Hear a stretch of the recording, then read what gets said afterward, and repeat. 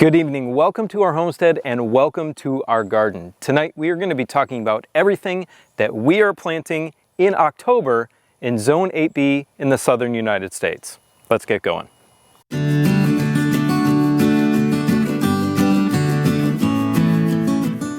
Now the same USDA planting zone can vary depending on where you are in the country. Down here in Texas is much different than Zone 8B up in the Pacific Northwest. So take what I'm going to say as guidelines because everything's going to vary a little bit different depending on where you're at and how the weather is in the particular year that you are planting. And we've had an extended warm spell this year, so things have been more challenging than they have in years past, and some things haven't gone in the ground at the same time they did in the past. And I'll show you a couple great examples of things that are just not growing because it's too hot, and they are winter crops. But let's get to this first one. It's a beauty. And then at the end of the video, I'm going to show you some summer crops that I'm still planting because they do well in a little bit cooler temperatures. And that is these beautiful Detroit dark beets. Now, obviously, I didn't plant these today. I planted these a few weeks ago when we had some cooler temperatures. Beets germinate perfectly between 60 and 75 degrees. However, they will germinate in temperatures up to 85 degrees Fahrenheit and down to 40 degrees Fahrenheit. Right now it's 95 degrees in our zone, so I can't really plant any more beet seeds. But next week, it'll be about the mid-70s, and that'll be the perfect time to plant some more. Now, the second thing you want to be planting is carrots.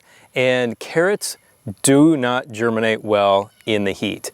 Anything above 80 degrees and they are not going to be germinating at all. Carrots like to germinate in temperatures between 55 and 65 degrees Fahrenheit.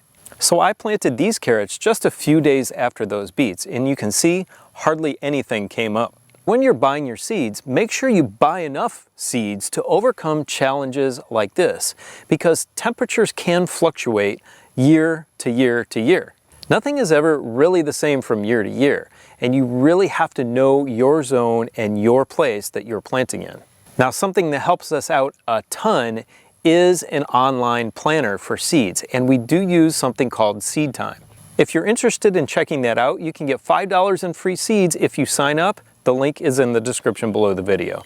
You can see just a few carrots that germinated in this bed, and they were all mostly down at this edge near the beets. Now let me show you some more carrots that I planted, and there is a distinct difference. Here we are in our greenhouse, and look at this bed of carrots. Look at the germination that I've gotten from these. And that is because the temperature in here has stayed a bit cooler.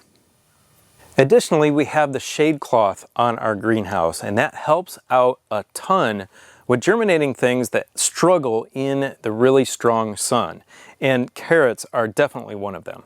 I've done a ton of videos on this greenhouse and how we built it ourselves. If you are interested in that, click on the link at the top of the screen. Another crop that grows incredibly well in the cold temperatures is spinach.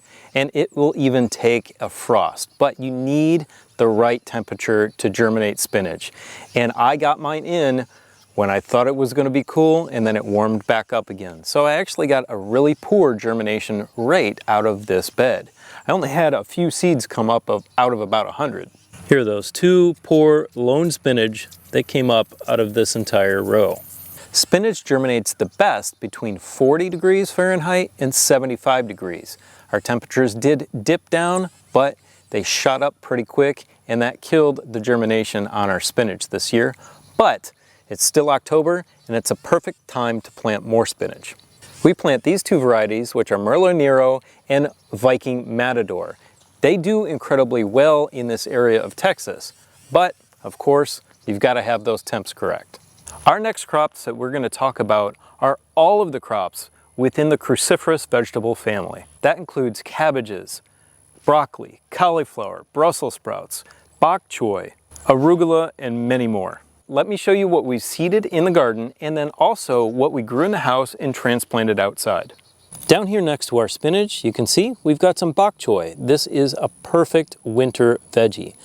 Now, it was really hot the last 2 days, and this did get a little bit of sunburn on the leaves. But these seedlings should certainly be strong enough to handle anything that the weather's going to throw at it. And down here next to our strawberries, we've got some broccoli, some Brussels sprouts, and some kohlrabi. We also have some Chinese cabbage or Napa cabbage and some more bok choy. And actually over here in the bed next to it, we have some volunteer Chinese cabbage from the seeds that formed on the one that we had here last year. Speaking of volunteers, and another one on the list that I mentioned, here's some arugula. This is where I had arugula planted last year, and it did go to seed. As you can see, I don't have to replant it this year. We do have arugula coming up everywhere in this bed. And over here next to the spinach, we did direct seed some Napa cabbage or Chinese cabbage. You can see I've got a little bit of spotty germination on it because I did plant an entire row, but I think it's going to come up just fine. All of these cruciferous vegetables germinate perfectly between 65 and 70 degrees. Now that's a really tight window. They will germinate outside of that, but as you could see with that direct seeded Chinese cabbage, that it's got some really spotty germination. That's why I tend to start seedlings in the house so I can transplant them out. The one thing that I have found in that family that germinates no matter what is that arugula. Now for zone 8B, this next one is the quintessential thing to plant in October, and that is garlic. Now I've done a ton of videos on garlic. If you're interested in seeing how to plant it and how to harvest it, click on the links at the top of the screen. Now with garlic, you need to be very patient because it does take a very long time to grow, about 9 months. And since I'm planting it in October now, we will be harvesting it in about June or July. But you need to get the garlic in the ground just before it gets cold because it needs to go through a process called vernalization. And basically what that is a certain cold period in which helps the clove set blooming for the next year. If it does not go through that cold process, it's not going to grow very well at all. This is a new variety that we are trying out this year. It's supposed to be incredibly productive. It's called Red Incilium. And we are going to be planting it here in this bed next to some summer squash that I just planted. And that might sound a little weird, but let me explain. We've got some Black Beauty zucchini that we just transplanted in here. And this is actually a really good time to plant this in our zone in Texas because the temperatures are still warm enough that this plant will put on some good growth and be able to produce a little bit before the end of the year when the frost hits. And that's really great because sometimes in the spring, ours get hit by squash bugs really bad.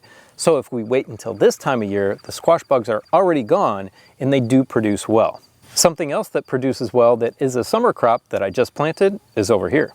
And that's pole beans. Pole beans will do well and give you a decent crop before that first frost hits. And in our zone, you can plant a ton of different things. You can get those fall crops in for winter, you can get those overwintering crops in, and you can get some summer crops in right at the end. I've even had tomatoes up until December in this zone, in this area of the country. And I just noticed while I was talking about these pole beans, I've got a cucumber that came up. And this is where I had the cucumbers earlier in the year. Let's see what this does.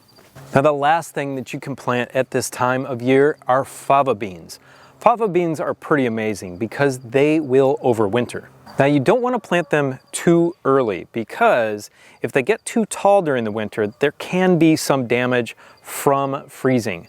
But if they're just the right size, about 4 to 5 inches tall, then they will overwinter with no problem at all. They germinate the best between 60 and 65 degrees and will keep that soil covered, which is great for the microbial life in the soil. They will also fix nitrogen into that soil, and they are one of the very first crops to produce in early spring. So don't be intimidated. There is a lot that you can plant in your garden right now. You do not have to wait until spring. And that especially holds true for Zone 8B here in the southern United States. Now get out there and get planting. If you have any questions, please leave them for me in the comments section below the video. Now go click on this video right here, which talks about the best raised beds that we have found for our greenhouse, and we show you how to put those together. Have a beautiful, blessed day. We'll see you next time. Bye.